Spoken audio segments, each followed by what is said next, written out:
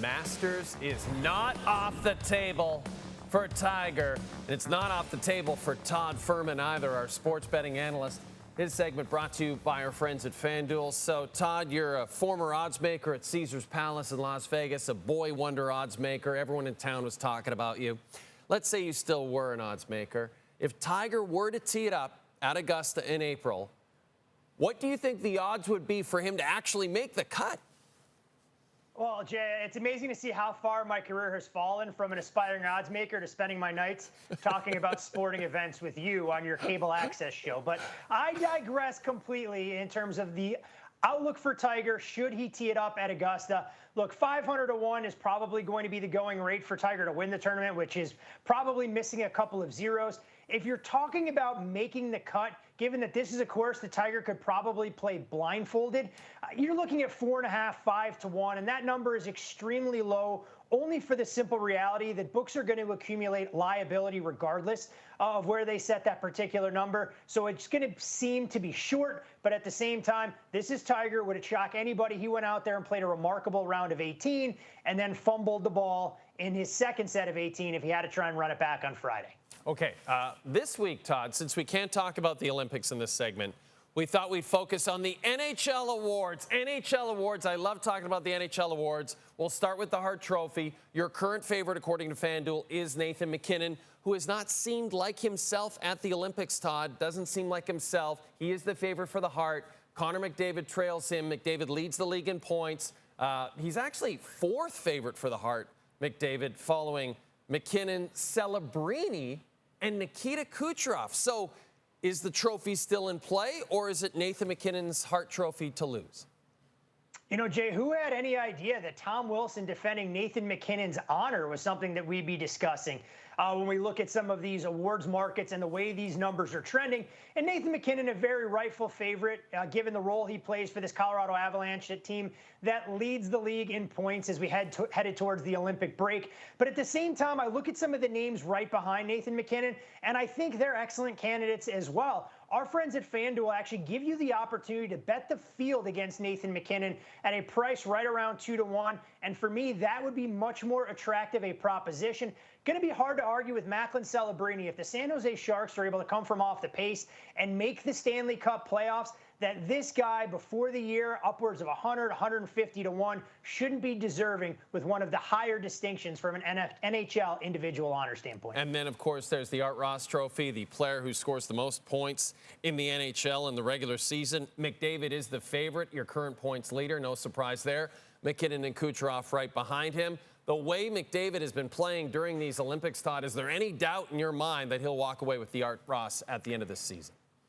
In my opinion, Jay, this is probably a little bit underpriced for number 97, and I really believe he's going to have to carry some of this momentum forward towards the close of the season for the Edmonton Oilers, because unless they can solidify what we haven't seen from them defensively, they're going to have to outscore a lot of things that ail them, and if that's going to be the case, it's going to be a lot of 97, a lot of 29, and I think we'll be talking about Connor McDavid not being better than even money to win this award, but to be running away with it when we have this discussion if we were to revisit it 3 weeks from now. Todd, the Norris Trophy, the award for the best defenseman in the NHL, is another Canada-U.S. border battle. You have young Zach Werenski, who's playing so excellent this season, and, of course, Cale Makar for the Avalanche. Those are your runaway leaders, according to FanDuel. Do you feel, though, that it's Makar who will walk away with his second straight Norris?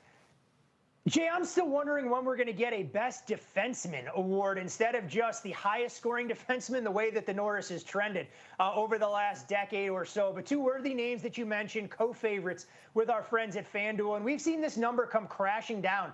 I mean, Cale Makar was a runaway favorite about 6-8 weeks ago, but Zach Werenski has come from off the pace, and you look at the level of importance in terms of his role and contributions for this Blue Jackets resurgence under interim head coach Rick Bowness, and and it has paid tremendous dividends. I think Zach Werenski is extremely deserving of this award, just given the value that he has to this Columbus Blue Jackets roster. Not underselling Cale Makar by any stretch, but if Columbus is going to make the Eastern Conference playoffs, it's because Werenski puts this team on his back. I think a pick and price tag right around that minus $1.10 makes a world of sense for the blue liner that dons the Blue Jacket sweater. I mean, there's no doubt Makar has a better cast around him. Werenski would not be a bad choice at all, Todd. I actually agree with you there, and I agree with you that we need a defensive defenseman trophy. I've suggested this for many years, and I've suggested that they name it after former Washington Capitals defensive standout Rod Langway, but I digress. Todd, finally, Canada's head coach John Cooper, the favorite for NHL Coach of the Year. Do you see any other coach coming up and stealing that away from him? Hey, maybe Ricky Bowness in Columbus. He's doing pretty good. I mean, Bowness, 27-1. I mean, you couldn't get him listed before the season started, given the fact we didn't think he was going to be coaching in the National Hockey League, but an outstanding job, albeit a very short sample size, for Columbus. And Jay, I was kind of blown away doing a little bit of research on this award to know that John Cooper has accomplished pretty much everything you can as an NHL bench boss, but has never won the Jack Adams Award. And I think it's largely because of the talent he's been surrounded by and the fact he's been able to cobble things together for so long. But this is arguably his best coaching job, given the rash of injuries that the Lightning have dealt with, seemingly from the opening puck drop from Game 1 way back when. But I can't make a case for him at such a short price tag when you have so many other interesting storylines in the coaching profession as well. I think Lindy Ruff is worthy of consideration, even at a price just north of 2-1. If the Buffalo Sabres are able to break their long playoff drought, you look at Dan Muse getting the Pittsburgh Penguins back into relevance after they had been an afterthought by odds makers coming into the season.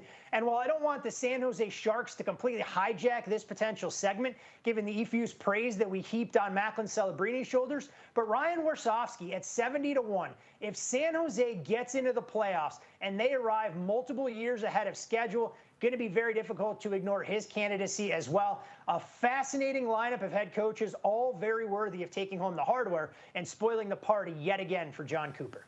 Todd, there's been a lot of tension between our two countries, as you know, both politically and at the Olympics. But one thing that brings me comfort is that you and I can come together, cross borders, and deliver this kind of incredible information to the viewer. We can't thank you enough. Jay, that's what we're here for. We may not be political in spirit, but we can bring people together better than anybody else north and south of the border.